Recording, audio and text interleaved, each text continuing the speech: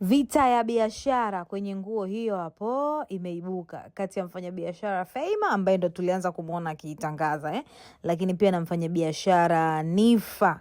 Sasa nguo kama hii hapo amevaa pia mke wake na Jux hivi karibuni, yeye alivaa nguo nyekundu, lakini Feima ametangaza hizo hapo. Kuna ya dark blue, kuna green, kuna rangi ya chocolate ama brown na nyingine nyingi sana, lakini bei yake yeye amesema ni kiasi cha shilingi milioni 1 za Kitanzania. Wengi wakaoji bei, lakini kwa sababu Feima ni mtu wa fashion, wala wanaopenda fashion hawajaoji sana kuhusiana na Feivani. Sasa basi, baada ya mambo kuwa mengi, pia mfanyabiashara Nifa ameingia kati, ambako na yeye ameposti nguo hizo hapo kama unavyomuona akiwa ameivaa.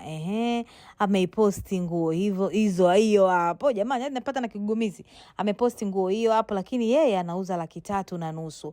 Wengi wamekuja na kusema Nifa anaingilia biashara za watu.